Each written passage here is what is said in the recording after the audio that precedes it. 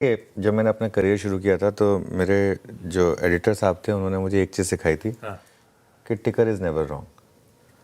टिकर जो कहता है वो सर्वोपरि है। टिकर मतलब भाव भगवान भाव भगवान से जो आपको भगवान कह रहा है। मैं आपको एक टेबल दिखाता हूँ और कल क्लोजिंग में भी हमने यही व्यू लिया था। वैसे ठीक है। मैं आपको एक टेबल दिखाता हूँ। कल की इतनी सारी वॉलेटिलिटी के बावजूद at the end of the day crux क्या निकला था कि निफ्टी ने कल फिर हायर हाई और हायर लो बनाया था।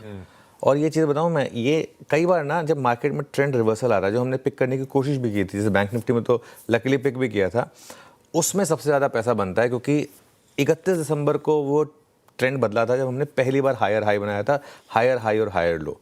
और वहाँ से देखिए आप, निफ्टी ने लगातार हायर हाई और हायर लो बनाया, 25,977 से 26,188, फिर चाहे 10 पॉइंट से ही सही 26,198, फिर 26,340 और कल 33 पॉइंट से ही सही एक बार के लिए तो आपने हायर हाई बनाया और वो स्क्रीन पे लगा था। अगर आप इंटरडे में देखेंगे, पहले शुरू में हम गिरे थे, उसके बाद लो 25,878 के बाद 25,969, उसके बाद ये देखिए जो इंटरडे में आपको दिख रहा है, उसके बाद 26,113, फिर भले ही 5 पॉइंट से, लेकिन हायर लो 26,118 और फिर 26,210। तो इसमें होता क्या है ना आशीष, जब इस तरीके के चेंजेस होते हैं उसमें जो लोग ट्रेंड फॉलोअर्स होते हैं वो एक चीज़ करते हैं सिंपल, कि प्रीवियस डे के लोगों को अपना स्टॉप लॉस बना देते हैं और इंटरडे वॉलेटिलिटी को इग्नोर करते हैं वो। तो कल क्लोजिंग में भी एक व्यू यही था हमारा कि ट्रेड की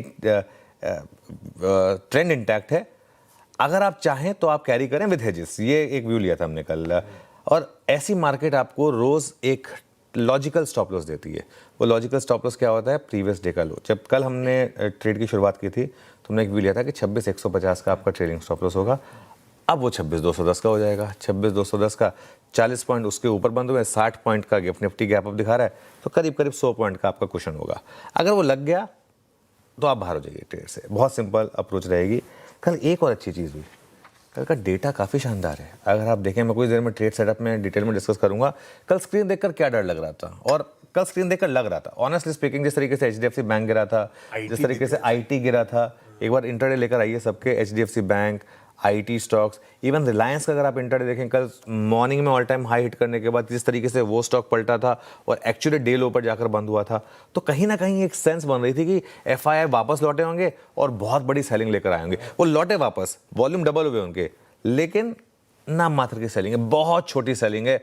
मेरे ख्याल से जो गिफ्ट निफ्टी में थोड़ा सा अपटिक है, उसका एक कारण ये भी हो सकता है कि थोड़ा सेंटीमेंट उसकी वजह से भी सुधरा होगा। हालांकि FI के वॉल्यूम अभी भी मैं कह रहा हूँ 100% पर नहीं है, थोड़ा उनमें और 2-3 दिन लगेंगे वो आने में, लेकिन डेटा ठीक ठाक है। पुट कॉल रेशियो भी जो कल 1.46 पर पहुंच गया था, आज थोड़ा मीनिंगफुल 1 पे आ गया वापस। तो लेट्स वेट एंड वॉच। बाकी जैसा मैंने कहा, at the end of the day बाकी सब एक तरफ, टिकर एक तरफ।